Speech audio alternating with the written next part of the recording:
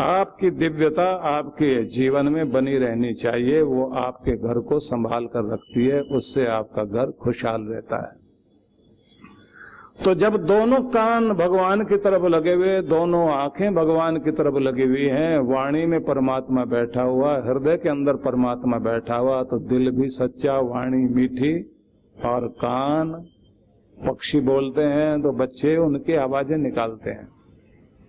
सबसे ज्यादा खुशहाल बच्चा दिखाई देता, थोड़ी सी बूंदे बरस गई और बच्चा जो है बारिश में जाके खड़ा हो जाता है। घर के लोग कहते हैं बीमार पड़ जाओगे, लेकिन आप लोग जानते हैं जो बचपन की बारिश में नहाए थे, बड़े होकर वो आनंद कभी नहीं मिला जिंदगी में, क्योंकि बच्चे पूरा आनंद लेना जानते हैं। जिस तरह से वो घूमते हैं, जैसे आनंद लेते हैं, उनको तो नकली कागज के नोट इकट्ठे करने, वो जो रंग बिरंगे कागज इकट्ठे कर लेते हैं, उसमें जो आनंद आता है, बड़े होकर आपको 2000 के नोट में भी वो आनंद नहीं आता, क्योंकि उन्हें आनंद में जीना आता है।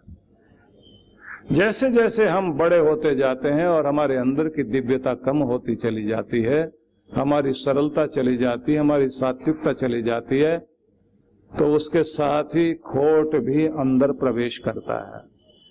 तो शुरुआत होती है आधा आधा बंटते हैं हम लोग, एक कान दुनिया की तरफ, एक कान भगवान की तरफ, एक आंख भगवान की तरफ, एक आंख दुनिया की तरफ।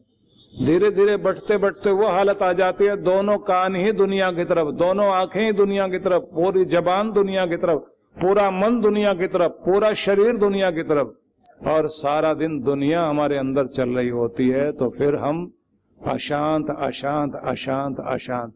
और अब तो लोग गाने भी ऐसे गाते, मैं परेशान परेशान परेशान।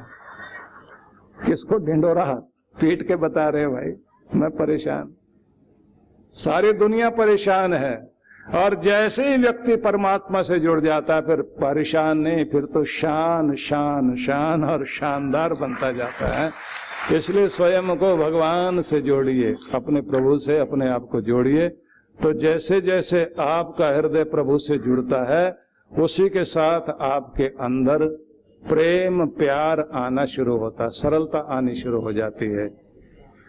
हृदय आपका प्रभु की ओर लग जाए, इसमें प्रेम प्रभु का भी, और ये भी एक बात ध्यान रख लीजिए कि आपके प्रेम में भी दिव्यता हो। स्वार्थ नहीं होना चाहिए कि मैं तो उसके साथ ही बैठूंगा जो मेरा ये करेगा। तो कुछ लोग ऐसे होते हैं ना, जो ये कहते हैं हम तुम्हारे यहाँ आएंगे तो क्या दोगे, और जब तुम हमारे यहाँ आओगे तो क्या लेके आओगे। तो ऐसे लोग ला ला ला, लाला जी नहीं, वो ला ला को ही याद रखते हैं, उनके पास द वाली बात है ही नहीं। उपनिषदों में ऐसा वर्णन आता है कि प्रजापति भगवान ने मनुष्यों को भी इकट्ठा किया, देवताओं को भी इकट्ठा किया, राक्षसों को भी इकट्ठा किया, और तीनों को एक ही उपदेश दिया, द द द। तो सबने सुना और कहा कि भगवान ने हमारे लिए जो बोल दिया, अब उस पर विचार करना है। तो विचार क्या? राक्षसों ने कहा कि द कहा है तो इसलिए कहा है कि हम राक्षस क्यों हैं, क्योंकि हमारे पास दया नहीं है, हम निर्दयी हैं, इसलिए राक्षस बन गए। तो भगवान ने हमको कहा दयध्वम, दया करो। आज से एक ही चीज सीखनी है, दया दया दया।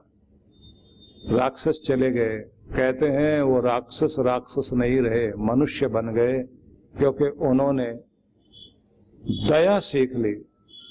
दया आई, निर्दयीपन गया, राक्षस भी इंसान बन गया।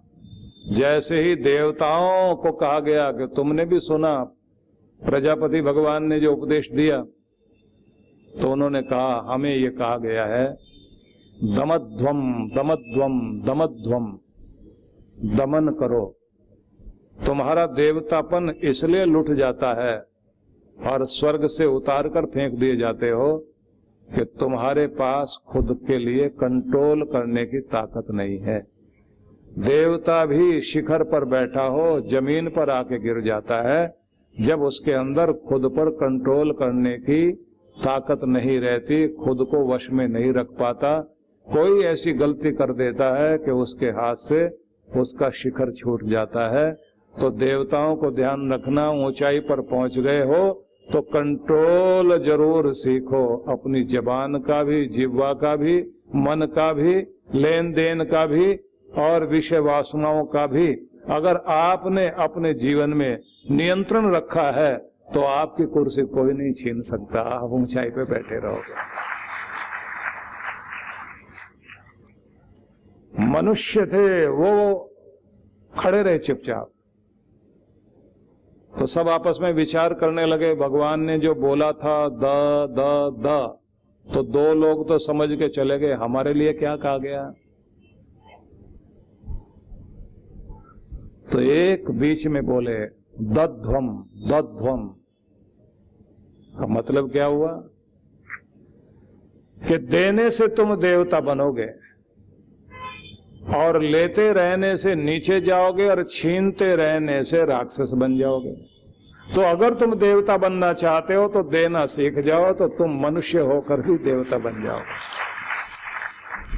जिंदगी से कुछ न कुछ दो, और नहीं तो मुस्कुराहट दो। सेठ ने तो मंदिर के बाहर खड़े हुए भिखारी को डांट दिया, पर सेठ के नौकर ने भिखारियों के पास जाके पैसे तो नहीं थे, कुछ ऐसा किया कि सबके चेहरे पर मुस्कुराहट आ गई, सारे खुश हो गए। तो सेठ मुड़ के कहता, तूने इनको क्या खजाना दे दिया जो ये खुश हो गए? बोले, साहब जी हमारे पास तो कुछ नहीं था, हमने इनकी हथेलियों पर गुलगुली कर दी, गुदगुदी, टिकलिंग। इनकी हथेलियों पर टिकलिंग करते हुए, गुदगुदी करते हुए निकल गए कि भैया कुछ और तो नहीं, मुस्कुराहट दे सकते हैं। मैंने टिकलिंग की और उनकी तरफ मुस्कुरा के देखा तो वो भी मुस्कुरा पड़े। कुछ नहीं दे सकते, मुस्कुराहट तो दे ही सकते हो, रुलाने का काम तो नहीं किया। ये भी एक बहुत बड़ी देन है। हंसो, हंसाओ, खुश रहो, खुशी बांटो, प्रेम में रहो और प्रेम को बांटते चले जाओ। ये देवतापन है। आपका देवतापन ही आपको आगे लेकर जाता है, छीनने से आप नीचे हो जाते हैं। इसलिए यही संस्कृति है हमारी, देव संस्कृति।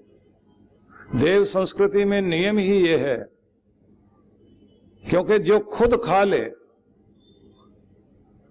तो उसे तो प्रकृति कहेंगे। सबका हाथ मुड़कर मुंह की तरफ ही तो आता है। और इसकी प्रैक्टिस कितनी बढ़िया है, अंधेरे में भी मूंगफली खा रहा हो आदमी तो निशाना ऐसा बांध के मारता है, सीधा मुंह में ही जाता है।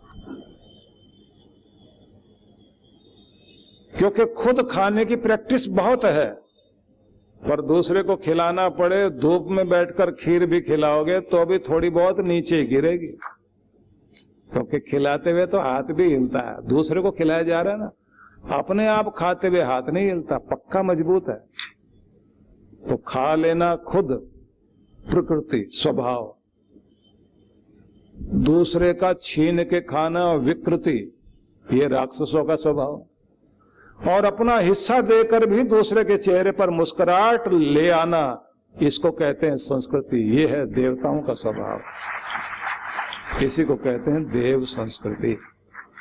ये भारत की संस्कृति।